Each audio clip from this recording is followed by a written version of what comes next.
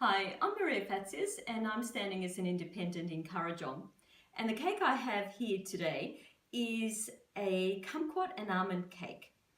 And the reason I've made this cake is because I have loads of cumquots. I probably get about 2 harvests every year. And over the last 3 years, I've tried all different ways of using the cumquots. Cumquot chutney, spiced cumquots, and cumquots in brandy. Now I'll be using that with the cake today. So local food production, I wasn't really into that before, but I did enjoy homemade vegetables or homegrown vegetables when I was growing up. I grew up in Orange in central west New South Wales, and my parents were Greek immigrants who came to Australia with nothing really and had primary school education. So they grew their own vegetables and taught me about the value of not wasting money and about the value of education, so that I and my siblings wouldn't have to work as hard as they did, all of their lives. So those lessons have remained with me. So, this is not MasterChef. It doesn't have to be perfect. And we can cover any kind of blemishes with this icing sugar.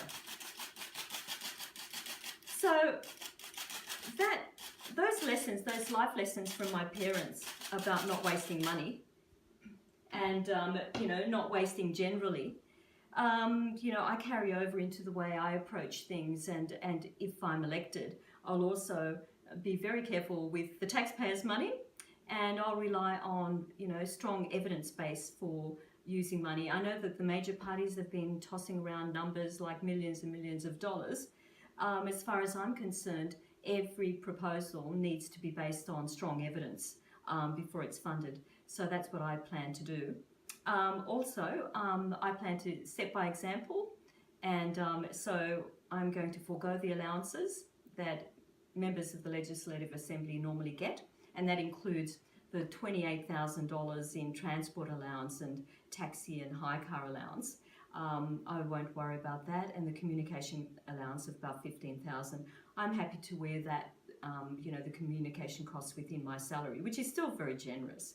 So that's, what I'm happy to do. I think we have to live within our means, and that means setting an example, politicians setting an example.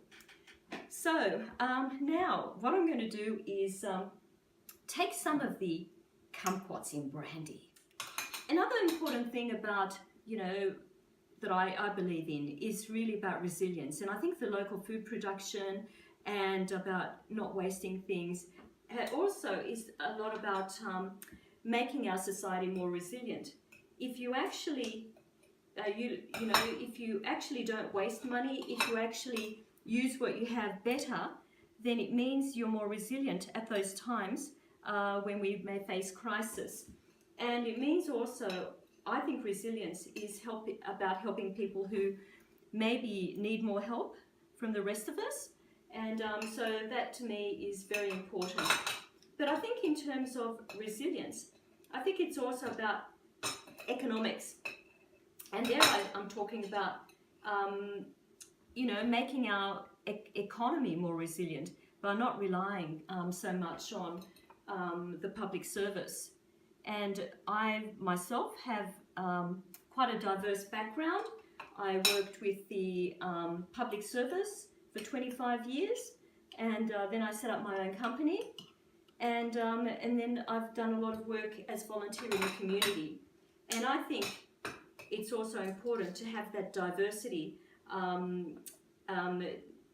in our economy, but also I think the diversity in the sort of approaches that we use to governing.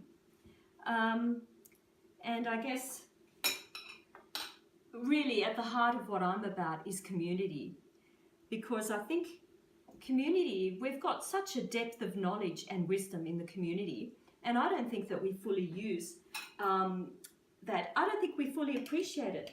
Certainly I found that when I was president of the Yarralumla Residents Association, and we were fighting the massive development near the brickworks, you know, what happened was that I found that as, you know, president of the Residents Association, I was being contacted by people not only within the suburb, but people from across the city who wanted to help in some way. And the thing was, I thanked them for their help, and if they wanted to help, I thought, well, we should, you know, if people are offering to help, then we should actually say, well, thank you very much, and let's see how we can get you to help. Whereas I kind of feel that this government, in many ways, you know, they ask people for their opinion about things like major developments, and then they pretty much ignore what people say, or at least don't reflect in their decisions what people have said. And I would have put thousands of hours of my time into, you know, all the big developments and responding to the big developments in the last couple of years. And if you multiply that by the efforts of all the other people from the community, then I think it's really poor when the government doesn't listen. And, you know, I think that will be at the heart of what I'm about. I'm about listening and engaging with people in the community, and building on that knowledge and expertise that they have to offer, and reflecting that in the way that I make decisions or contribute to decision making in the Assembly.